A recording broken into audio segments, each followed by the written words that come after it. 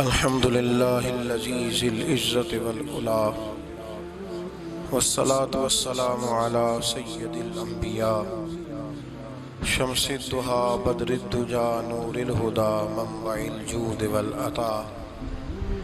أما بعد، أعوذ بالله السميع العليم من الشيطان الرجيم. بسم الله الرحمن الرحيم. قل لا أسألكم عليه أجرا إلا المودة في القربى. قال النبي صلى الله تعالى عليه وسلم: الفاطمة بدعة مني آمنت بالله صدق مولانا العظيم وصدق رسولنا بلاغ المبين ونحن على ذلك لمن الشاهدين والشاكرين والحمد لله رب العالمين. رب اشرح لي صدري ويسر لي امري واحلل عقدة من لساني يفقهوا قولي. قال الله تبارك وتعالى في القرآن المجيد والفرقان الحميد في شان حبيبه: إن الله وملائكته يصلون على النبي يا أيها الذين آمنوا صلوا عليه وسلموا تسليما. الصلاة والسلام عليك يا سيدي يا رسول الله وعلى آلك وأصحابك يا سيدي يا حبيب الله. اللهم صل على سيدنا ومولانا محمد معدن الجود والکرم وآلہ وصحبہ وبارک وسلم. حمد و صلاۃ کے بعد رمضان المبارک کا آج پہلا جمعۃ المبارک ہے. دعا فرمائیں اللہ کریم اس ماہ مقدس کو امت مسلمہ کے لیے باعث رحمت فرمائے اور پوری دنیا کے مسلمانوں پر اللہ اس رمضان کے صدقے خاص رحمت فرمائے. پاکستان کی سڑکوں پر جو آئے دن خون بہتا ہے تو رب کریم اس وطن عزیز کو امن کی، رحمت کی اور کرم کی ٹھنڈی چھاؤں نصیب فرمائے. رمضان المبارک کا پہلا جمعہ ہے اور 3 رمضان المبارک کو سیدہ کائنات، مخدوم کائنات، سیدۃ النساء اہل الجنہ حضرت جناب سیدہ فاطمہ زہرا رضی اللہ تعالی عنہا کا یوم وصال ہے. اور میرے نبی کریم علیہ الصلاۃ والسلام نے اپنی شہزادی سے بڑا پیار کیا. حضور نے اپنی اس بیٹی کی بڑی تربیت فرمائی ہے. نبی کریم علیہ السلام نے اس دور کے اندر کہ جب لوگ بیٹیاں دفن کر دیتے تھے، زندہ زمین میں گاڑ دیتے تھے، حضور نے بیٹی کی عزت کا، حرمت کا، حقوق کا نعرہ لگایا. تو پھر نعرہ صرف لوگوں کے لیے نہیں لگایا بلکہ نبی پاک نے لوگوں کو بیٹی سے پیار کر کے دکھایا. حضور نے کر کے دکھایا ہے کہ بیٹی سے پیار اس طرح ہوتا ہے. 2 چیزیں آج بھی بڑی ضروری ہیں. ایک تو جو پوری دنیا میں شور اٹھتا ہے عورتوں کے حقوق کا، تو یہ تعین بڑا ضروری ہے کہ یہ جذباتی بات نہیں، یہ بڑا سمجھنے والا ہے کہ کسی بھی عورت کو حقوق کا جو چارٹر میرے رسول پاک نے عطا فرمایا ہے وہ دنیا کا کوئی اور قانون دے سکتا ہی نہیں. اس لیے کہ لوگوں کے پاس نہ تو وہ خاص فضل موجود ہے جو اللہ نے اپنے حبیب کو عطا فرمایا ہے، اور نہ ان کا وحی کے ساتھ وہ رشتہ ہے کہ ان کو وہ دائمی احکامات مل سکیں. تو نبی کریم علیہ الصلاۃ والسلام نے ایک زبردست چارٹر دیا عورتوں کے حقوق کا، اور اس کے ساتھ ساتھ نبی پاک علیہ السلام نے ہمیں بتلایا. حضور کی سیرت ہمیں یہ درس دینے لگی کہ سارے مطالبے بیوی سے نہ کرو. ہم جب بھی کوئی ایسی حدیث سنتے ہیں نا جس میں عورت کے ذمے کچھ ڈیوٹیاں ہوتی ہیں تو فٹافٹ جا کے بیوی پہ اس کو فٹ کرتے ہیں اور کہتے ہیں کہ تو ایسی نہیں ہے. حالانکہ میں یہ بات سن کے آیا ہوں تو میں اکثر کہا کرتا ہوں کہ یہ چیزیں بیوی کو بتائیں گے تو وہ تو پہلے ہی کہتی ہے کہ آپ مخالف ہیں. یہ تو چیز بیٹی کو بتانے والی ہے، یہ تو بہن کو بتانے والی ہے جو آپ کے منہ سے اثر جلدی قبول کرے گی. تو نبی کریم علیہ الصلاۃ والسلام نے بیٹی کی تربیت کی. ایک بات اپنے دل کی تختی پہ لکھ لینا، یاد رکھنا، جس گھر کے اندر عورت تربیت یافتہ ہوتی ہے نا وہ گھر جنت نظیر بن جاتا ہے. بس یہ شاید حرف آخر ہے، شروع میں بھی اور آخر میں بھی۔ اور جس گھر کے اندر عورت غیر تربیت یافتہ عورت پہنچ جائے، وہ گھر بڑا ہی شاندار کیوں نہ ہو، وہ کھنڈر ہوتا ہے، اس لیے کہ وہاں تربیت یافتہ عورت موجود ہے۔ بس یہ سمجھ لو۔ اور میں نے دکھتے ہوئے اور تڑپتے ہوئے لوگ دیکھے ہیں، اس لیے کچھ فیصلے ایسے ہو گئے کہ وہ بیچارے ساری صلاحیتوں، خوبیوں، تقوی اور پرہیزگاری کے باوجود، چونکہ گھر کے اندر عورت تربیت یافتہ نہیں تھی، تو وہ دنیا میں کوئی بڑا کام سارا انجام نہیں دے سکے۔ یہ گھر کی ملکہ ہوتی ہے نا عورت، گھر کو سینچنا ہے، آپ کے بچوں کی تربیت کرنی ہے، ایک لازمی جز ہے، اس کو سمجھ لیں۔ بچے، باپ جتنا مرضی مشفق ہو، مہربان ہو، پر بچوں کی اٹیچمنٹ اپنی، بولیے، ماں کے ساتھ ہوتی ہے نا۔ تو اس کا مطلب ہے کہ بچے جس کے ساتھ اٹیچ ہے، کبھی بھی چھوٹی عمر میں، بڑے ہو جائیں تو بات اور ہے، کچھ چیزوں کو سمجھنے لگیں، اثر لینے لگے، معاملہ اور ہے، لیکن جب تک بچے چھوٹے رہتے ہیں، وہ ہر معاملے میں ان کی ماں حق پہ نہ بھی ہو تو پھر بھی وہ اس سے پیار کرتے ہیں۔ یہ ممتا ہے، کرنا چاہیے، اس میں کوئی ایسی بات نہیں، لیکن جو بات سمجھا رہا ہوں وہ یہ ہے کہ بچوں کی ماں اگر غیر تربیت یافتہ ہوگی تو بچے تو اس سے اٹیچ پھر بھی ہوں گے، تو بچوں کی تربیت پر بھی اثر پڑے گا۔ تو اس لیے اپنی بیٹیوں کی تربیت کریں، اپنی بہنوں کی تربیت کریں، تاکہ کسی کے گھر میں جا کے وہ آدمی تکلیف محسوس نہ کرے، وہ اذیت محسوس نہ کرے، بلکہ جب میری بیٹی، میری بہن کسی کے گھر میں جائے تو اس کے گھر کو امن والا کر دے، سکون والا کر دے۔ تو ہم تباہی ہے گھروں کی، میں نے بڑے بڑے سیانے لوگ تڑپتے دیکھیں، آپ یقین کریں، تڑپتے ہوئے، سسکتے ہوئے، بل بلاتے دیکھے ہیں، اس لیے کہ گھر کے اندر کا ماحول خوفناک ہو گیا، غیر تربیت یافتہ ماحول۔ اور کئی دفعہ ایسے معاملات ہوتے ہیں بعض لوگوں کے کہ جن کے لیے مشکل ہوتا ہے اس معاملے کو تبدیل کرنا، تو مہربانی فرمائیں جمعۃ المبارک میں آج یہ نیت کریں کہ ہم بیٹیوں کی تربیت پر توجہ دیں گے، بیٹی کی تربیت کریں گے انشاءاللہ، توجہ دیں گے انشاءاللہ۔ اور تربیت کا مطلب ہمارے ہاں لوگوں نے سختی لے لیا ہے۔ آج جو میں بات کروں گا نا، اس کے دونوں پہلو یاد رکھیے گا کہ تربیت کا معنی سختی نہیں۔ میرے رسول پاک علیہ السلام نے جناب فاطمہ الزہرا سے پیار بھی کھول کے کیا ہے اور تربیت بھی کھول کے فرمائی۔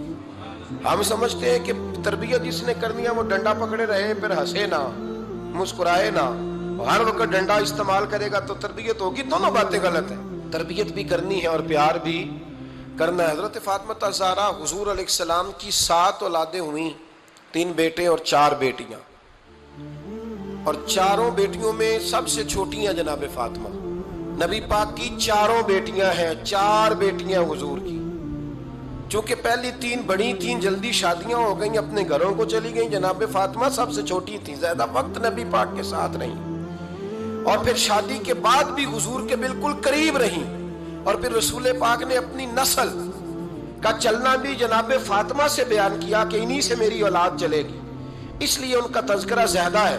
یہ ظلم نہ کیا جائے کہ حضور کی شہزادی ایک تھی، نبی پاک کی 4 بیٹیاں ہیں، بڑی بیٹی، دوسری بیٹی، تیسری بیٹی، ان کے بھی ہمیں نام یاد ہونے چاہیے۔ حضور کی ایک شہزادی کا نام جناب زینب ہے، حضرت فاطمہ نے بھی پھر اپنی ایک بیٹی کا نام زینب رکھا بہن کے نام پر۔ حضرت نبی کریم علیہ السلام کی ایک صاحبزادی کا نام رقیہ ہے، حضرت فاطمہ نے بھی اپنی ایک بیٹی کا نام رقیہ رکھا اپنی بہن کے نام پر۔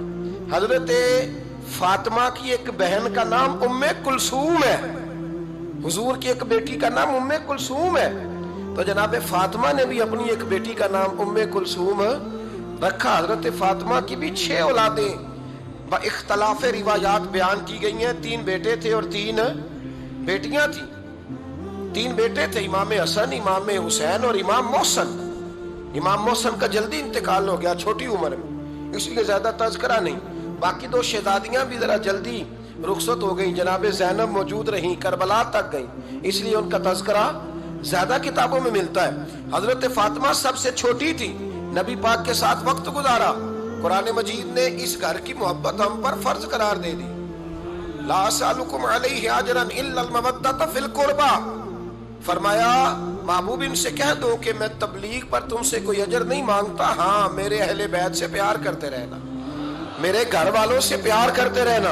اور حضور نے فرمایا الفاطمہ تو بدعۃ منی، فرمایا فاطمہ میرے جگر کا ٹکڑا ہے، جس نے میری بیٹی فاطمہ سے پیار کیا اس نے مجھ سے پیار کیا۔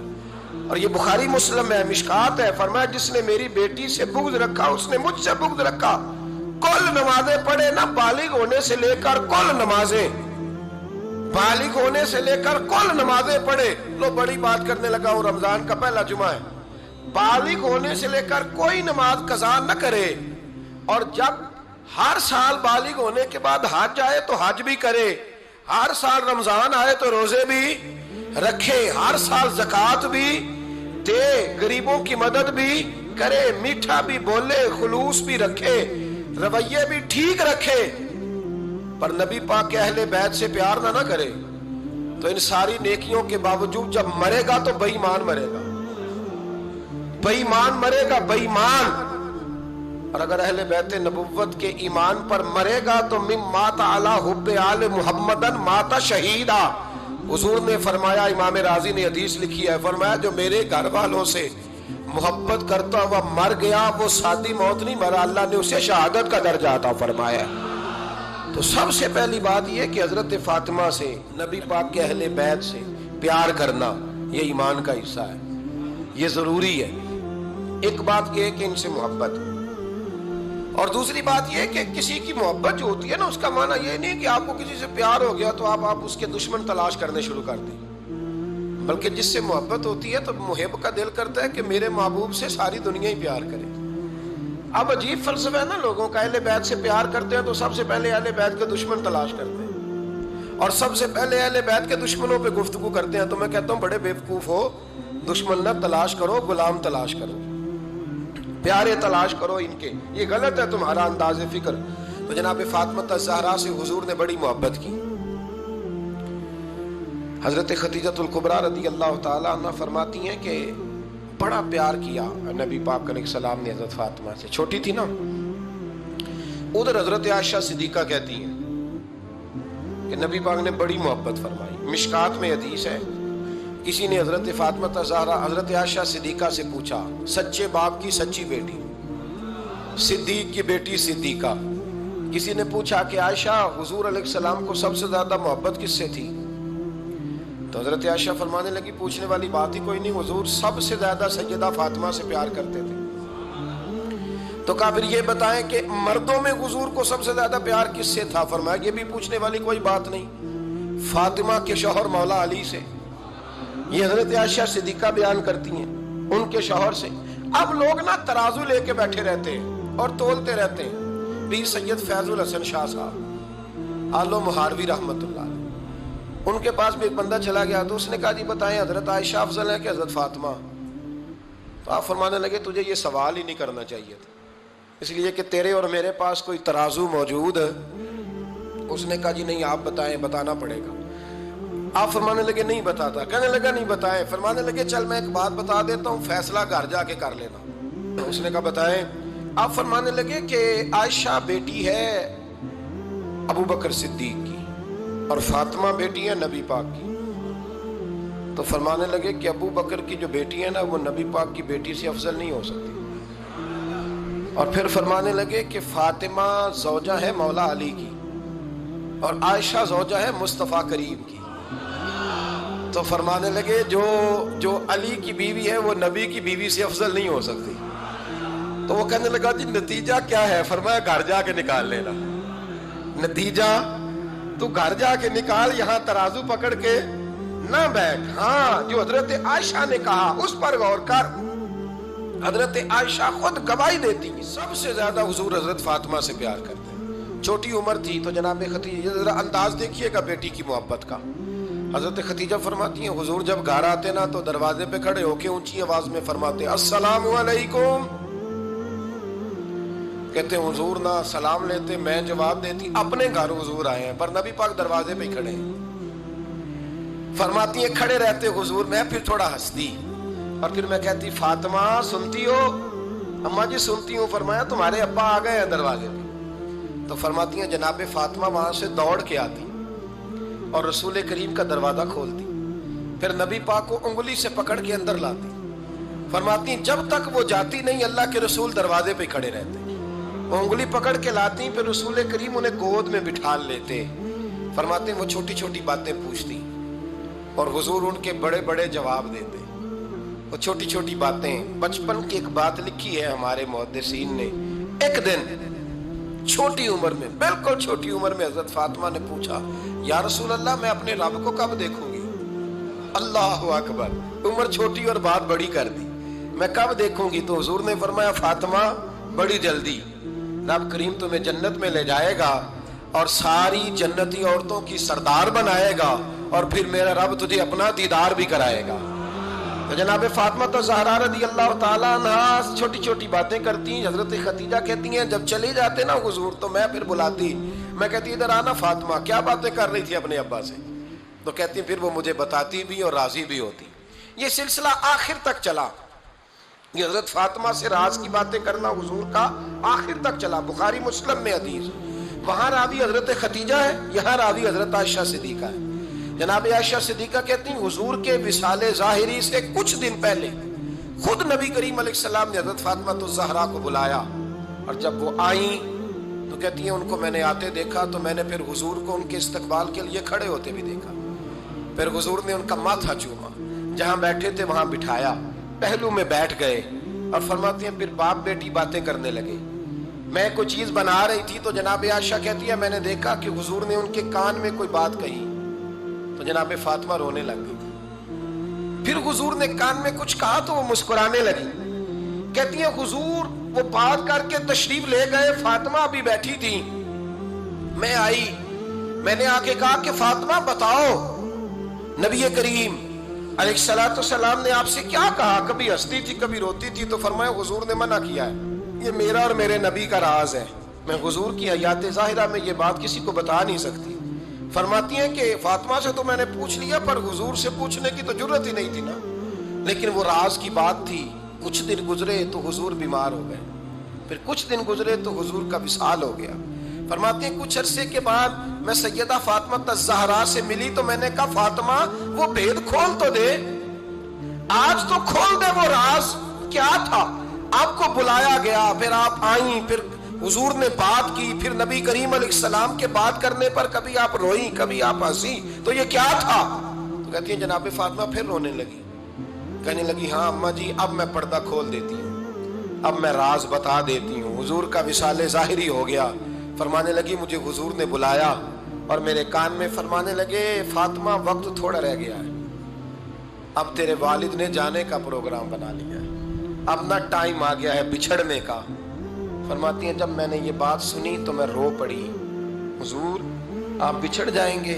کہتی ہے میں روئی۔ ذرا حدیث کے جملوں پہ غور کرنا، ماتی تھوڑی دیر گزری تو حضور نے میرے کان میں کہا فاطمہ پتر رو نہ، بیٹے رو نہ، میرے جانے کے بعد جو سب سے پہلے میرے پیچھے آ کے مجھے ملے گی نا بیٹی وہ تو ہی ہوگی۔ اللہ کرے میں سمجھا سکوں آپ کو بات، جب کہا نا کہ میں وصال کروں گا تو رو پڑی، اور جو کہا نا میرے بعد تیرا بھی جلدی وصال ہو جائے گا تو حضرت فاطمہ نے ہنسنا شروع کر دیا۔ کیا پیار ہے میرے محبوب علیہ الصلوۃ والسلام کے ساتھ جناب فاطمہ کا۔ ان کے وصال کی خبر سنی تو رو پڑی اور اپنے کی سنی تو ہنس پڑی۔ اور پھر حضور نے کہا فاطمہ تجھے یہ بھی پتا ہے نا کہ اللہ تجھے جنتی عورتوں کا سردار بنائے گا، یہ بھی تجھے پتا ہے۔ تو جناب فاطمہ الزہرا کے ساتھ شروع سے لے کر آخر تک میرے رسول کریم علیہ السلام کی محبت رہی، پیار رہا۔ اور جناب فاطمہ کا جو حضور سے پیار تھا، ایک ہے باپ کا شفقت کرنا اور ایک ہے بیٹی کا پھر اپنے باپ سے، بولیے یہ بیٹیاں جو ہوتی ہیں نا ان کا بھی رویہ کو انوکھا ہوتا ہے ساری دنیا سے، انوکھا۔ میں کبھی کبھی کچھ ایسی باتیں کرنے کو دل کر جاتا ہے کہ جو کر گزرتے ہیں۔ ایک صاحب مجھ سے ایک دن کہنے لگا حضرت صاحب بڑی مشکل میں ہوں اور اتنا کٹھن وقت آ گیا کہ کوئی حال ہی نہیں۔ میں نے ان سے کہا کہ اپنی اماں سے دعا کراؤ، مسئلہ ٹھیک ہو جائے گا۔ میں نے لگا اماں تو انتقال کر گئی، تو میں نے کہا بہن سے دعا کراؤ۔ کہنے لگا بہن دور رہتی ہے، تو میں نے کہا پھر بیٹی سے کرا لو۔ آپ یقین کرے اللہ کے گھر میں بیٹھا ہوں، رمضان کا مہینہ مجھے تیسرے دن ملا، کہنے لگا حضرت صاحب الحمدللہ اللہ نے میری مشکل آسان کر دی. کہنے لگا یہ نسخہ آپ نے بڑا عجیب بتایا, پیر تو اس قسم کی باتیں نہیں نہ بتاتے, پیروں نے تو آپ کو پتہ ہے دعائیں قید کر کے رکھی, صرف ہماری قبول ہونی ہے. کہنے لگے ہم ان کا میرے ساتھ ارادت کا رشتہ ہے. کہنے لگے آپ کس طرح کے پیر ہیں کہ آپ نے مجھے پلٹ کے کہہ دیا کہ اماں سے, بہن سے, بیٹی سے. تو میں نے کہا اصل بات یہ ہے کہ میں کبھی تھکا بھی ہوتا ہوں, کبھی کسی رنگ میں بھی ہوتا ہوں, اور کئی دفعہ اب تو یہ حال ہو گیا ہے کہ رونا آئے بھی تو روتے نہیں کہ لوگ تماشا نہ سمجھیں. کئی دفعہ آنسو چھپانے بھی پڑتے ہیں کہ لوگ اس کو اداکاری اور فنکاری ہی نہ سمجھنے لگ جائے. تو میں نے کہا یہ جو بیٹی ہوتی ہے نا, یہ جو بہن ہوتی ہے, یہ جو ماں ہوتی ہے, اس کو اشارتاً بھی آپ کان میں کہہ دینا مشکل میں ہوں تو یہ رات کو رو رو کے مصلی بھگو دیتی ہے. یہ رو رو کے دعا مانگتی ہے بیٹے کے لیے, بھائی کے لیے, باپ کے لیے. اس کا رنگ ہر بیٹی پیار کرتی ہے. اور یقین کریں کہ کلیجہ ٹھنڈا ہو جاتا ہے جب بیٹیاں چھاتی پہ لیٹتی ہیں تو لطف آتا ہے کہ اللہ کریم نے اس ننھی سی کلی میں کیا ٹھنڈک رکھی ہے کہ سارے دل کا جو ہے بوجھ اس نے ہلکا کر دیا. تو بتائیے پھر میرے نبی پاک کی شہزادی کی حضور سے محبت کتنی ہوگی. چھوٹی سی عمر تھی حضرت فاطمہ کی جب حضرت خدیجہ وصال کر گئی. تو کسی نے کہا فاطمہ سب سے پہلے گھر سے کب نکلنا ہوا, تو بخاری مسلم میں حدیث ہے اللہ کے نبی نا بیت اللہ شریف کے سامنے سجدے میں تھے تو ابو جہل کو شرارت سوجی. شرارت, اس نے کچھ لوگوں سے کہا, عقبہ بن ابی معیط تھا, کچھ اور لوگ تھے, کہنے لگا میں ابھی رستے سے گزرا ہوں تو وہاں کسی نے اونٹ ذبح کیا ہے. تو اونٹ کی اوجڑی, آپ نے اوجڑی دیکھی ہے نا, جانور کی اوجڑی بڑی وزنی ہوتی ہے, اس میں گندگی ہوتی ہے. اونٹ کی اوجڑی بڑی وزنی ہوتی تھی. کہنے لگا وہاں اونٹ کی اوجڑی پڑی ہے, وہ دیکھو نبی پاک معاذ اللہ سجدے میں ہے, تو معاذ اللہ ثم معاذ اللہ وہ اونٹ کی اوجڑی اٹھاؤ حضور کی گردن پہ رکھ دو. تھوڑا سا مشکل سے جمعہ پڑھنا پڑ جائے نا, اور تھوڑا سا مشکل سے پڑھانا پڑ جائے تو ہم دین کے بہت بڑے خدمت گزار بن جاتے ہیں. یہ دیکھو سجدے کتنی مشکل سے ہو رہے ہیں, یہ دیکھو سجدے کتنی مشکل سے ہو رہے ہیں, کتنی مشکل سے حضور کے سر انور پر اوجڑی رکھ دی. یہ وہ وقت ہے کہ نہ تو چچا ابو طالب ہیں جو پہنچ جاتے ہیں, نہ جناب ختیجہ ہیں جو بندوبست کرتی. تو کسی نے نا جناب ختیجہ کے دروازے کے سامنے منہ کر کے کہا کہ محبوب کے گھر والوں حضور کے سر اقدس پر اوجڑی رکھ دی ہے کسی, اور حضور سر اقدس اٹھاتے ہیں تو تکلیف محسوس کرتے ہیں. جناب فاطمہ کہتی پہلا دیہڑا تھا جب میں چہرے پہ کپڑا ڈال کے نا تو اپنے بابا کے لیے نکلی. فرماتی پہلا دن تھا, میں حرم کعبہ میں پہنچی, حضور کو سجدے میں دیکھا تو چھوٹے چھوٹے ہاتھوں سے میں نے اوجڑی نیچے گرائی. حضور بولے کچھ نہیں, نہ میں نے کوئی بات کی. میں نے حضور کی انگلی کو تھاما اور میں کنویں پہ لے آئی. حضور بھی نہیں بولے. جناب سیدہ فرماتی میں بھی نہیں بولی. حضور بیٹھ گئے اور میں کنویں سے پانی نکالنے لگی. میں حضور کی زلفیں دھوتی جاتی اور حضور روتے جاتے, زلفیں دھوتی جاتی اور حضور روتے جاتے. پھر حضرت فاطمہ نے جب حضور کی زلفیں دھو لی تو ہاتھ اٹھائے, کہا اے اللہ جنہوں نے میرے بابا کو تکلیف دی ہے نا ان کو برباد کر دے. میں رات روایت پڑھ رہا تھا مشکات سے تو میں حیران ہو رہا تھا کہ یہ عجیب منظر ہے, یہ عجیب منظر ہے کہ جب طائف والے پتھر مارے اور نبی کریم علیہ السلام سے حضرت زید بن حارثہ کہ حضور دعا کریں یہ تباہ ہو جائے, تو نبی پاک کہ نہیں زید میں نے نہیں ان کے لیے تباہی کی دعا کر دی, یہ نہیں ٹھیک ہوتے تو ہو سکتا ہے ان کی نسلیں ٹھیک ہو جائے.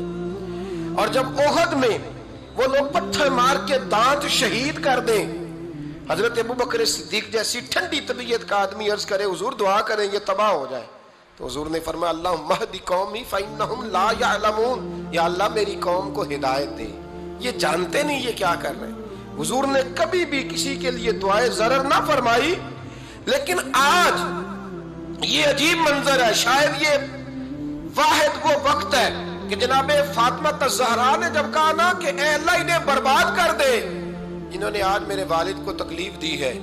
حضرت فاطمہ کی دعا سن کے تو حضور نے بھی ہاتھ اٹھائے, کہا اے اللہ جیسے میری بیٹی کہتی ہے نا ویسے ہی کر دے, اللہ کر دے انہیں برباد. فاطمہ جیسے کہتی ہے ویسے, اللہ کرے آپ کو سمجھ آئے میری بات کہ وہاں جہاں شدید تکلیف دی گئی وہاں حضور نے کسی کے لیے ایسی دعا, اور یہاں فرمایا اللہ جیسے فاطمہ کہتی ہے ویسے.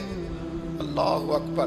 حضرت عبداللہ ابن مسعود کہتے ہیں کہ وہ دعا بھی میں نے سنی اور پھر میں نے ان سب لوگوں کو جن کے لیے جناب سیدہ نے دعا کی تھی، ان سب کو پھر میں نے بدر میں کٹتے ہوئے بھی دیکھا، میں نے ان کی لاشوں پر گھوڑے چلتے ہوئے بھی دیکھے، پھر میں نے دیکھا کہ صحابہ انہیں گھسیٹ کر کنووں میں ڈال رہے تھے، میں غور سے دیکھ رہا تھا اور ان کے چہرے پہچان رہا تھا۔ تو مجھ سے کسی نے کہا عبداللہ تم کیا غور کر رہے ہو؟ تو میں نے کہا میں غور کر رہا ہوں، یہ وہی ہیں سارے جن کے لیے سیدہ فاطمہ نے دعا کی تھی کہ یہ برباد ہو جائے، یہ وہی ہیں میرے رسول کریم علیہ السلام کی ہر تکلیف کو جناب فاطمہ نے اپنی تکلیف سمجھا، ہر تکلیف کو۔ جب انسان کے دائیں بائیں کچھ لوگ ہوتے ہیں نا، اس کے دکھ بھی سمجھنے والے، سکھ سمجھنے والے لوگوں کی تعداد لمبی چوڑی ہوتی ہے۔ ہمارے زمانے میں ہمارے ہر آدمی کے ساتھ ذاتی مطالبات ہیں، ذاتی، تو جب تک وہ میرا مطالبہ پورا کرتا رہتا ہے میرا اس سے پیار رہتا ہے، اور جب وہ میری خواہشات پوری کرنی چھوڑ دیتا ہے پھر میرا اس سے کوئی رشتہ نہیں رہتا۔ میرے عزیز، حضرت فاطمہ الزہرا کا کمال یہ ہے کہ انہوں نے میرے محبوب کا دکھوں میں ساتھ دیا، حضور کی تکلیف پر وہ تکلیف میں آتی، پریشان ہوتی۔ یہاں سے بات چلی 4-5 سال عمر مبارک تھی، حضرت فاطمہ کی کل عمر 29 سال ہوئی ہے، 15 سال یا کچھ زیادہ آپ کی عمر تھی جب حضور نے بیاہ کر دیا تھا۔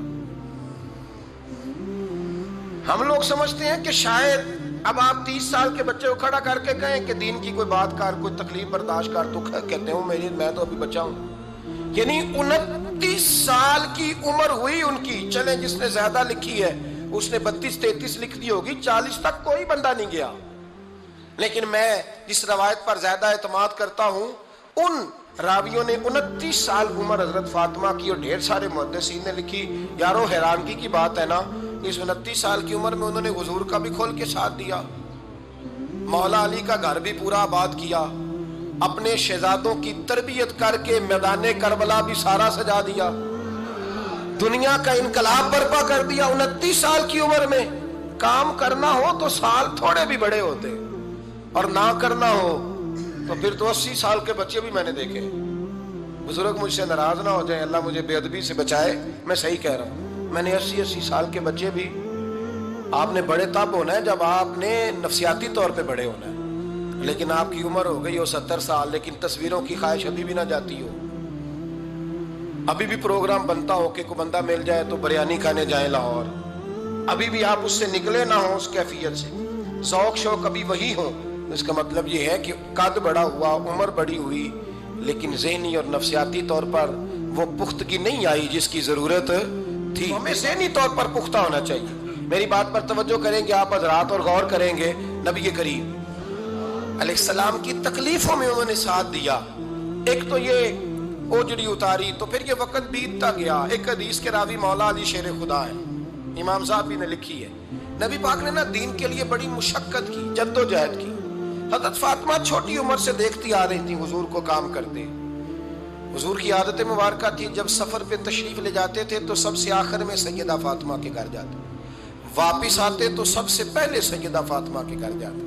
مولا علی کہتے ہیں ایک دن میں نے عجیب نظارہ دیکھا، نبی کریم علیہ السلام سفر سے واپس آنے والے تھے، میں نے حضرت فاطمہ کو اطلاع دی کہ حضور آج پہنچ جائیں گے، تو انہوں نے گھر سارا صاف کیا، سجایا، سنوارا، کھانا پکایا، لیکن فرماتی ہیں جیسے ہی حضور اندر داخل ہوئے نا گھر کے، جناب فاطمہ نے حضور کا چہرہ دیکھا تو ہاتھ پکڑ کے چومنے لگی، اور کہتے ہیں جب انہوں نے سر اٹھایا تو ان کا چہرہ سارا آنسوؤں سے بھرا ہوا تھا۔ رسول کریم نے بیٹی کے سر پہ ہاتھ رکھا، بٹھا لیا، فرمایا فاطمہ بیٹے رونے والی تو بات کوئی نہیں تھی، کیوں رو پڑی ہو؟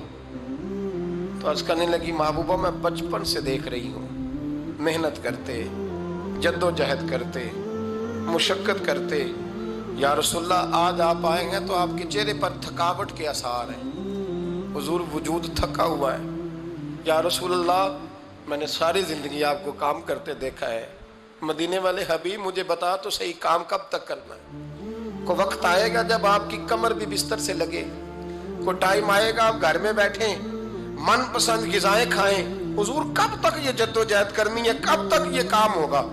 جناب فاطمہ فرماتی حضور نے میرے آنسو پونچھے۔ مولا کائنات شیر خدا فرماتے ہیں نبی کریم علیہ السلام فرمانے لگے فاطمہ تیرے باپ کی ڈیوٹیاں بڑی زیادہ ہیں، جب تک دنیا کے آخری کونے تک دین نہیں پہنچ جاتا اور جب تک اینٹیں اور پتھر بھی میرے دین کا پیغام سن نہیں لیتے اتنی دیر تک تیرا باپ جدوجہد کرتا ہی رہے گا. یہ بڑا مشکل کام ہے. یہ دین کا سفر، یہ دین کی جدوجہد، یہ دین کی تھکاوٹ آپ اپنی مرضی نہیں کر پاتے. لوگ اپنی مرضی کے ساتھ جی نہیں پاتے جو اس رستے کے مسافر ہوتے ہیں. وہ دین کی پراپرٹی ہوتے ہیں، انہیں دین کے مطابق چلنا پڑتا ہے. تو جناب فاطمہ نے وہ سارے رنگ دیکھے رسول کریم علیہ السلام کی حیات مبارکہ کے. پھر یہ ساری کیفیت جب دیکھی نا کہ حضور اتنی محنت کرتے ہیں، تو پھر جناب فاطمہ کو میرے نبی کی امت سے پیار بڑا ہو گیا صلی اللہ ہو. سمجھیے گا اس بات کو، امت مسلمہ سے حضرت فاطمہ کو بڑا. امام حسن کہتے ہیں میری اماں سارے کام کرتی تھی گھر کے. اب تو شہزادے ہیں نا ہمارے بچے، کام اور بچی، یعنی بچی میکے سے واپس آتی ہے تو سب سے بڑا دکھڑا یہ سناتی ہے کہ وہ کام بڑا کراتے. یہی ہے نا دکھڑا؟ ہاں نہ تو کریں. سب سے بڑا دکھڑا کیا ہے؟ پتہ نہیں کیا کراتے ہوں گے، ہال نہیں چلوا لیتے کہیں، یا کچھ چکی نہیں پسوا لیتے، پتہ نہیں کون سا ایسا کام ہے. اور آپ ناراض نہ ہو جانا، میں بھی بیٹی کا باپ ہوں، میں بھی بہنوں کا بھائی ہوں، میں بھی اس بات کو سمجھتا ہوں. لیکن ایک بات ذہن میں رکھنا کہ یہ بات نہیں ہے کوئی کرنے والی کہ سارے بچی کے ماں باپ جمع ہو کے پہنچ جاتے ہیں ہماری بچی جی کام بڑے کرتی ہے. مثلاً کیا کرتی ہے؟ کیا کرتی ہے وہ؟ آؤ میں بتاؤں میرے مصطفیٰ کی بیٹی کیا کرتی تھی. میں نے سینکڑوں دفعہ یہ بات کی اور میرا دل کرتا ہے روزانہ کروں، پھر کرتا ہوں. دنیا میں کوئی اتنا غریب ہے جس کی بیٹی اتنا کام کرے کہ ہاتھوں پہ چھالے پڑ جائیں؟ ہے کوئی اتنا غریب تو اٹھ کے بتائے کہ میری بیٹی سسرال میں اتنا کام کرتی ہے کہ چھالے پڑ جاتے ہیں. میں دکھاتا ہوں میرے رسول کی شہزادی کو چھالے پڑ جاتے. کچا مکان جناب فاطمہ، جناب فضا آپ کی لونڈی تھی، ان سے مٹی منگاتی اور گھر میں لیپا پوتی کرتی، پھر جھاڑو دیتی. امام حسن اور حسین کے درمیان پورے سال کا فرق نہیں، 11 مہینے کا فرق. دونوں بچوں کو سنبھالتی. جناب علی کی والدہ حضرت فاطمہ بنت اسد بوڑھی تھی. جناب فاطمہ وہ کھول کے نوکری کرتی کہ حضرت فاطمہ بول پڑتی، حضرت فاطمہ بنت اسد بول پڑتی. کہتی بیٹے فاطمہ میرا اتنا نہ خیال رکھا کر، تیرے اپنے بھی بچے ہیں. جناب فاطمہ فرماتی آپ صرف علی کی ماں تو نہیں نا، آپ میری بھی تو ماں ہے نا. یہاں بیبیاں فلسفہ بیان کرتی ہیں، وہ کہتی ہیں جی کس حدیث میں آیا ہے ساس سسر کی خدمت فرض ہے؟ میں نے کہا کسی میں بھی نہیں آیا. ہم کیا کہہ رہے ہیں؟ کسی میں بھی نہیں آیا. لیکن یہ تو آیا ہے نا کہ شوہر راضی ہو تو اللہ راضی رہتا ہے. تو اگر شوہر ماں باپ کی خدمت سے راضی ہوتا ہے تو کرو خدمت، اس کو تو راضی کرنا ہے نا، اس پر تو توجہ دو. حضرت فاطمہ پھر چکی پیستی. چکی چکی یہ آسان جملہ نہیں، کہہ جاتے ہیں ہم، سن لیتے ہیں آپ. چکی پیس کر، جو پیس کر اس کا آٹا بنانا، پھر بچوں کے لیے کھانا پکانا. پھر ایک دن کہنے لگے علی آپ کی آمدن تھوڑی ہے، خرچے زیادہ، چرخہ نہیں لا دیتے. فاطمہ کیا کرو گی؟ فرمایا تھوڑا سا سود بنا لیا کروں گی، تم بیچ آیا کرنا. چلو میں تھوڑا ہاتھ بٹاؤں گی. یہ ساری ڈیوٹیاں کر کے حضرت حسن برواتے ہیں. پھر عزت والے رسول کی عزت والی بیٹی، پھر شانوں والے نبی کی شانوں والی بیٹی، پھر پاک محبوب کی پاک شہزادی. ساری ڈیوٹیاں کر کے رات کو مولا علی سے کہتی اگر آپ اجازت دیں تو اللہ کو راضی نہ کر لوں. حضرت علی فرماتے فاطمہ جیسے دل کرے. تو امام حسن کہتے ہیں پھر میری ماں مصلی بچھا لیتی، مصلی، اور پھر ساری رات وہ نماز پڑھتی، ساری رات. اور فرماتے ہیں جب سویرے ہاتھ اٹھاتی تو پہلی دعا یہ کرتی اے اللہ میرے رسول کی امت پہ رحم فرما، اے اللہ میرے رسول کی امت پہ رحم فرما. تو کہتے ہیں زمانے بیت گئے یہ دعا سنتے. تو ایک دن میں قریب گیا تو میں نے کہا امی حضور کوئی دعا میرے لیے بھی کر دیں، کوئی حسین کے لیے بھی کر دیں، کوئی زینب کے لیے بھی کر دیں. ساری دعائیں امت مصطفیٰ امت مصطفیٰ امت مصطفیٰ. کتنا بڑا جملہ ہے، کتنا بڑا. شیخ محقق نے لکھا ہے کتنا بڑا. جناب فاطمہ فرمانے لگی تیرے لیے بھی کرتی ہوں، حسین کے لیے بھی کرتی ہوں، زینب کے لیے بھی کرتی ہوں، سب کے لیے کرتی ہوں. پر بیٹا یاد رکھنا فاطمہ کی دعاؤں پر پہلا حق میرے رسول کی امت کا ہے. فاطمہ کی اصل میں بات بہت خوشی کی سنا دی میں نے آپ کو، لیکن آپ وہیں سست کے سست رہ گئے. یہ کسی عام آدمی کی دعا نہیں، پیر صاحب کی، درویش صاحب کی رٹی رٹائی دعا نہیں، یہ سیدہ فاطمہ کی دعا ہے.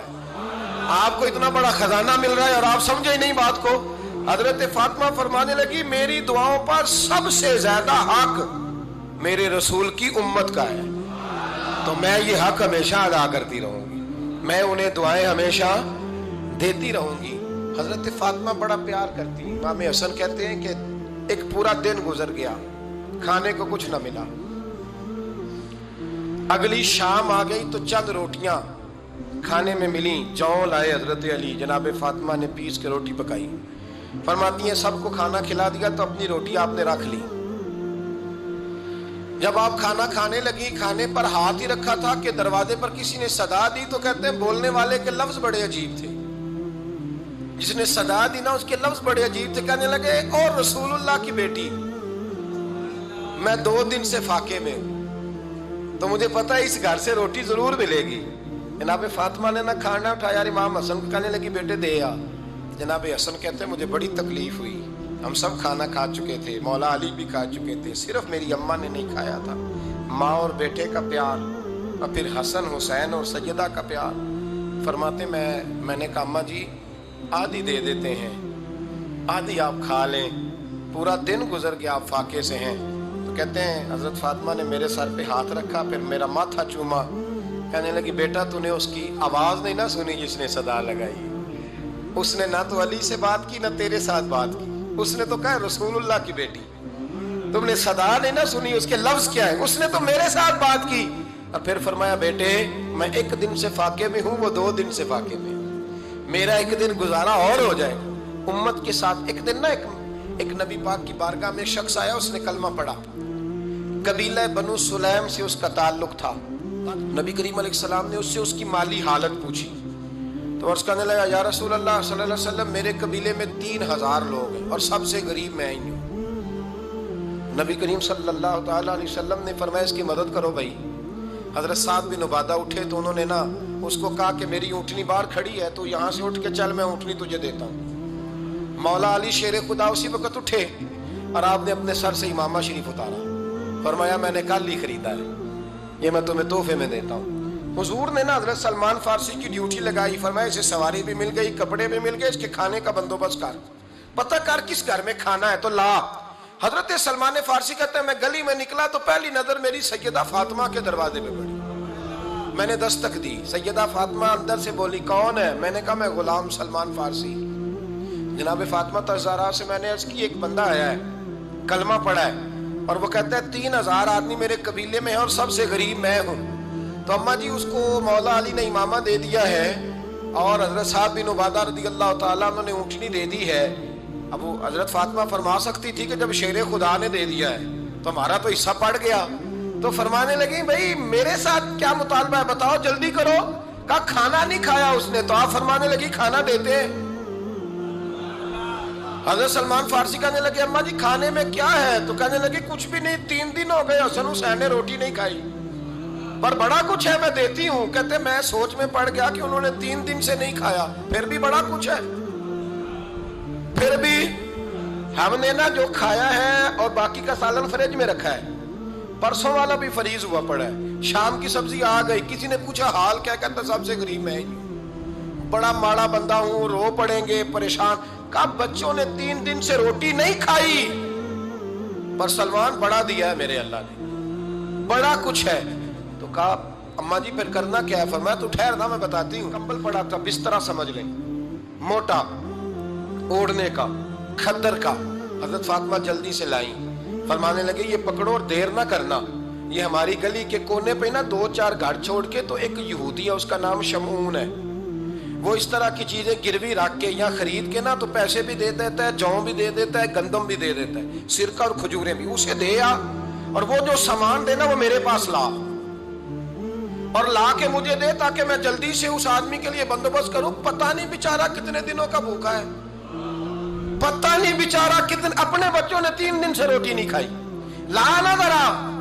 حضرت سلمان فارسی کہتے ہیں میں نے تھوڑا توقف کیا کہ میں آپ کا بستر لے جاؤں، یہ کمبل لے جاؤں، تو فرمانے لگی حکم ہے میرا، وہ جانا پڑے گا۔ جناب سلمان فارسی کہتے ہیں میں شمعون یہودی کے پاس گیا، میں نے کہا یہ کمبل لو، چاہے تو نگد پیسے دے دو، سامان خرید لیتے ہیں، اور چاہے تو اناج، جوں، سرکہ، کھجوریں جو تمہارے پاس ہے دے دو۔ وہ کہنے لگا یہ کس کا ہے؟ بڑا شاندار ہے، بڑا خوشبو والا ہے۔ تو کہا یہ مولا علی کے گھر سے آیا ہے، پاک بی بی نے دیا ہے، کہ اس کو گروی رکھ لو اور مہمان کے لیے کچھ دے دو. کہا مہمان کون سا؟ کہنے لگے حضور کے پاس آ کے ایک شخص نے کلمہ پڑھا ہے اور وہ مسلمان ہوا ہے اور وہ غریب ہے, اس کو روٹی دینی ہے. تو وہ شمون یہودی کہنے لگا میں بھی تورات پڑھا کرتا تھا, تو آج ہی سویرے میں نے پڑھا ہے, آج ہی سویرے پڑھا ہے, ابھی پڑھا ہے.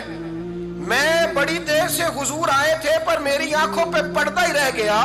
مقدر سکندر کا دیکھو کہ پیاسے چلے جا رہے ہیں کنارے کنارے, میں پیاسا ہی مرنے لگا تھا, آج ہی میں نے پڑھا ہے کہ جو آخری امت آئے گی نا, اس امت میں جو رسول اللہ صلی اللہ علیہ وسلم کے قریبی ہوں گے, ان کا کمال یہ ہوگا کہ وہ اپنا پیٹ پر پتھر باندھ کے دوسروں کی مدد کیا کریں گے.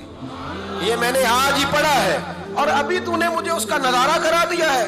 کہنے لگا یہ چادر بھی لے جا, جو بھی لے جا, سرکہ بھی لے جا, آٹا بھی لے جا, کھانا بھی لے جا, اور اس طرح کر کے میرے پاس سے نقد بھی لے جا, اور جناب فاطمہ سے کہنا یہ سارا کچھ رکھ لے, اور انہیں کہنا کہ مجھے پتا ہے آپ قبول نہیں کریں گی پر قبول کر لے, وہ آپ کا کمبل آیا ہے تو میرا دل نرم ہو گیا ہے, میں یہ قربانی بھی دیتا ہوں اور آپ کے باپ کا کلمہ پڑھ کے مسلمان بھی ہوتا ہوں. حضرت فضا کہتی ہیں, حضرت فضا. بہت ساری باتیں ایسی ہیں جو میں چونکہ پہلے بھی کچھ باتیں کر چکا ہوں تو وہ باتیں میں بیان کر چکا. آج کچھ ایسی باتیں بیان کر رہا ہوں جو پہلے اس عنوان پر میں بیان نہیں کر سکا, ان باتوں کو لے کے آ رہا ہوں. حضرت فضا لونڈی تھی جناب فاطمہ کی, کنیز تھی, خادمہ تھی, اور بڑا پیار کرتی تھی وہ حضرت فاطمہ سے, اور جناب فاطمہ بڑی شفقت کرتی تھی ان کے ساتھ. جناب فضا کہتی ہیں ہمارے ساتھ ہی نا 2-4 گھر چھوڑ کے ایک یہودی مسلمان ہوا تو اس کے رشتہ داروں نے رشتے توڑ دیے, ناطے توڑ دیے, سارا خاندان مسلمان ہو گیا, لوگوں نے ملنا گلنا چھوڑ دیا. فرماتے ہیں کہ اس کی بیوی فوت ہو گئی. تو میں نے حضرت فاطمہ کو خبر دی تو پہلی خبر سنتے ہی خاتون جنت فرمانے لگی اس سے تو اس کے رشتہ داروں نے ناتا ہی توڑ دیا ہے. فضا جب پتا کر کے کوئی غسل دینے والا ہے, اسے پتا کر کوئی کفن دینے والا ہے, کہتے میں واپس آئی. میں نے کہا اماں جی کوئی بھی نہیں, اس کا شوہر تو پریشان بیٹھا. کہنے لگی لا چادر پھر تو اور میں چلتی ہیں. میں نے کہا اماں جی آپ چلیں گی؟ فرمایا میں کیوں نہیں چلوں گی, میرے رسول اللہ کی امت ہے, یہ میرے کی امت ہے, میں چلوں گی. یہ مزاج, یہ شوق, یہ درد, یہ انداز. ایک بی بی آئی مسئلہ پوچھنے, اس نے کہا اماں جی 40 اونٹ ہے تو اللہ کے رستے میں کتنے دوں؟ تو حضرت فاطمہ فرمانے لگی اگر یہ سوال تجھ سے ہوتا تو جواب اور ہے, مجھ سے ہو تو جواب اور ہے. تو بی بی کہنے لگی اماں جی دونوں ہی بتا دیں. تو اماں فرمانے لگی اگر 40 اونٹ تیرے پاس ہو تو تو نے اس میں سے ایک دینا ہے, اور اگر 40 فاطمہ کے ہو تو فاطمہ نے سارے ہی اللہ کے رستے میں دینے ہیں. تیرے لیے حکم اور ہے اور میرے لیے بات اور ہے. تیرے پاس ہو تو 40 میں سے ایک دے دے, اور میرے پاس ہو تو میں 40 کے. اور ایک بات اگر نہ کروں تو موضوع مکمل نہیں ہوتا. میرے نبی کریم علیہ السلام نے ایک دن صحابہ سے پوچھا بتاؤ بہترین عورت کون سی ہوتی ہے؟ کون ہوتی ہے؟ آکسفورڈ کی پڑھی ہوئی جی, پنجاب یونیورسٹی جس نے ایم فل کا مقالہ لکھا ہو, پی ایچ ڈی ہو جس نے پی ایچ ڈی کی ہو نمل یونیورسٹی سے, ایک کراچی یونیورسٹی کی ڈگری ہولڈر ہو, کہ باہر سے ایم بی بی ایس کر کے آئی ہو. کون افضل ہوتی ہے کہ یا جو اچھی گفتگو کرے, نماز پڑھے, عبادت کرے, وہ افضل؟ کوئی تو ایسی وجہ ہوگی نا. صحابہ سے حضور نے سوال پوچھا تو صحابہ نے بھی مختلف جوابات دیے. کسی نے کہا حضور پنجگانہ نماز پڑھنے والی, اور میں بات تمہاری ٹھیک ہے پر تم میری مراد کو نہیں پہنچے. ایک نے کہا یا رسول اللہ صلی اللہ علیہ وسلم پردہ کرنے والی, فرمایا بات تمہاری ٹھیک ہے پر تم میری مراد کو نہیں پہنچے. ایک نے کہا حضور باپ پردہ عورت, فرمایا بات تمہاری ٹھیک ہے پر تم میری مراد کو. حضرت علی کہتے ہیں بیٹھا میں بھی تھا بیچ, لیکن میں بھی مراد کو سمجھ نہیں پا رہا تھا, حالانکہ شہر علم کے دروازے کا نام مولا علی ہے. فرماتے ہیں اس وقت اللہ کی حکمت تھی کہ جواب کوئی اور دے. تو حضرت علی کہتے ہیں قد بھی میرا چھوٹا تھا, بیٹھا بھی میں پیچھے تھا, تو تھوڑی گردن اور جھکا کے نا تو میں نکل گیا اور فاطمہ کے حجرے میں پہنچ گیا. تو میں نے کہا فاطمہ حضور نے ایک سوال پوچھا ہے تو صحابہ جواب دے رہے ہیں, پر حضور کہتے ہیں تم میری مراد کو نہیں پہنچے, ذرا جلدی سے جواب نہیں دیتی. تو خاتون جنت داس پڑی, فرمانے لگی میں جواب دوں؟ آپ کو بھی کہا ہاں دیں جواب کا. کیا؟ فرمانے لگے بتاؤ سب سے بہترین عورت دنیا کی کون سی, سب سے بہترین؟ تو جناب فاطمہ کہنے لگی سادہ سا جواب تھا, آپ لوگوں کو آیا کیوں نہیں؟ کہا چلو بتاؤ. جناب فاطمہ فرمانے لگی دنیا کی سب سے بہترین بیوی وہ ہے جس کو نہ کبھی غیر محرم نے دیکھا ہو اور اگلے لفظوں پہ غور کرنا، نہ کبھی غیر محرم نے اسے دیکھا ہو اور نہ اس بی بی نے کبھی کو غیر محرم دیکھا ہو۔ یہ کوئی پردہ نہیں کہ بی بی کہتی ہے جناب میں تو چہرہ ڈھانپ کے نکلی تھی، باقی میں دکاندار سب سے بات چیت کر آئی، سب کے چہرے دیکھ آئی۔ حضرت فاطمہ نے بتایا کہ تیری آنکھوں کا بھی پردہ ہے۔ اور وہ روایت وہاں الگ موجود ہے کہ حضور نے حضرت عائشہ صدیقہ ام سلمہ سے کہا کہ عبداللہ ابن مکتوم نابینا ہے تو پردہ کرو۔ تو یہ نابینا اس سے پہلے، سیرت نگاروں نے لکھا ہے کہ ایک دن یہ اس سے پہلے حضرت فاطمہ کے گھر چلے گئے حضور کے ساتھ۔ تو نبی کریم علیہ السلام نے جب ان کو لے کے حضور داخل ہوئے تو جناب فاطمہ نے آنکھیں جھکا لی، پردہ کر لیا۔ تو حضور نے فرمایا بیٹی وہ تو نابینا ہے۔ تو عرض کرنے لگی حضور مجھے تو نظر آ رہا ہے نا۔ یعنی حضور نے جو ازواج کو کہا وہ بات کی، جناب فاطمہ کا جو انداز ہے وہ نرالا ہے۔ تو حضرت علی کہتے ہیں جناب فاطمہ نے جواب دیا کہ بہترین عورت وہ جس نے نہ کبھی غیر محرم دیکھا ہو اور نہ غیر محرم نے کبھی، وہ بی بی نے بھی کبھی غیر محرم بندہ نہ دیکھا ہو، دیکھا ہی نہ ہو اس نے۔ یہ پوائنٹ ذرا مشکل ہے، سمجھنے والا ہے۔ تو حضرت علی کہتے ہیں میں وہاں سے گردن جھکائی اور بیچ آ کے بیٹھ گیا، بات ابھی جاری تھی۔ حضور نے فرمایا آتا ہے کسی کو جواب؟ تو کہتے ہیں میں نے ہاتھ کھڑا کیا، میں نے کو حضور آتا ہے۔ تو حضور مسکرا پڑے، فرمایا چل بتا۔ میں نے عرض کی حضور بہترین عورت وہ ہے کہ نہ کبھی اسے غیر محرم نے دیکھا ہو نہ اس نے کبھی غیر محرم دیکھا ہو۔ تو حضرت علی کہتے ہیں شاباش مجھے ملنی چاہیے تھی نا۔ حضور مسکرا پڑے، کہنے لگے میں نے تو پہلے ہی کہا ہے فاطمہ تو بدعت منی، فاطمہ میرے جگر کا ٹکڑا ہے، میں نے تو بڑا پہلے کہہ دیا ہے۔ تو کہتے ہیں صحابہ میری طرف دیکھنے لگے کہ یہ تو تعریف فاطمہ کی ہونے لگ گئی ہے۔ تو میں نے کہا کیا کریں، اس محبوب کو بتایا ہے جس کے لیے اللہ نے کوئی پردہ رکھا ہی نہیں، سارے پردے کھول دیے۔ حضرت فاطمہ کے وصال کا وقت آیا، انتقال کا، تو حضرت اسماء بنت امیس کو بلایا اور بلا کے فرمانے لگی تو مجھے غسل دینا اور سوائے میرے شوہر مولا علی کے کسی اور سے مدد بھی نہ لینا۔ اور فرمانے لگی میں نے حبشہ کے بارے میں سنا ہے کہ وہاں جب بیویوں کا جنازہ اٹھتا تھا تو وہ لوگ چارپائی کے اوپر یوں کر کے اس طرح کر کے لکڑیاں لگاتے تھے، نیچے باندھ لیتے تھے اور لکڑی میں لچک ہو تو اوپر جا کے پھر اس کو باندھ دیتے تھے تو پردہ بن جاتا تھا۔ فرمایا میں نے علی کو بتا دیا ہے، تمہیں بھی بتا رہی ہوں، جنازہ میرا رات کو اٹھانا اور لکڑیاں لگا کے نا تو اوپر پردہ کر لینا، میرے وجود پر پڑی ہوئی چادر پر بھی کسی کی نظر نہیں پڑنی چاہیے۔ رات کو جنازہ اٹھانا اور رات کو مجھے دفن کر دینا۔ مدینہ منورہ میں حضور کے وصال ظاہری کے 6 ماہ بعد جناب فاطمہ الزہرا کا جنازہ اٹھا تو مسجد نبوی شریف سے ایک شخص اپنی داڑھی آنسوؤں سے بھگوتا ہوا نکلا۔ تو حضرت ابوبکر صدیق نے کھڑا کر کے پوچھا کیوں نبی پاک کے چچا عباس روتے کیوں ہو؟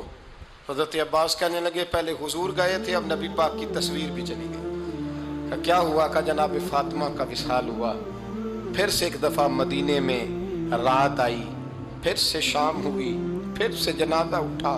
شیر خدا علی المرتضیٰ رضی اللہ تعالیٰ عنہ نے، حضرت عباس نے، حضرت قسم بن عباس نے، حضرت عبداللہ ابن عباس نے تدفین سے فارغ ہوئے۔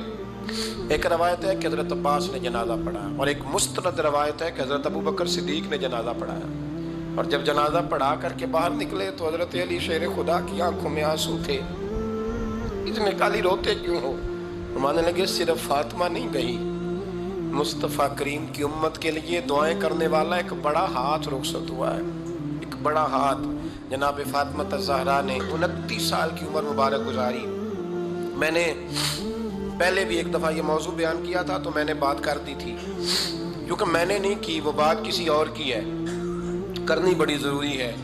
علامہ اقبال کہنے لگے، اسرار بے خودی میں لکھنے لگے کہ فاطمہ جو تو نے کیا ہے وہ کوئی نہیں کر سکتا۔ اقبال کہنے لگے فاطمہ جب تجھے دیکھتا ہوں نا تڑپ اٹھتا ہوں۔ کہنے لگے اے فاطمہ میرے رسول کریم نے نا میرے پاؤں میں شریعت کی زنجیریں باندھ دی ہیں، اگر مجھے شریعت منع نہ کرتی، حضور پابند نہ کرتے تو میں کعبے کا طواف نہ کرتا، تیری قبر کا طواف کرتا۔ فاطمہ تو نے 29 سال میں وہ انقلاب برپا کیا، امت پر وہ رحمت کی۔ علی کے گھر کی ہے عزت، علی سے سنتے ہیں، نبی کے گھر کی ہے عزت، نبی سے سنتے ہیں۔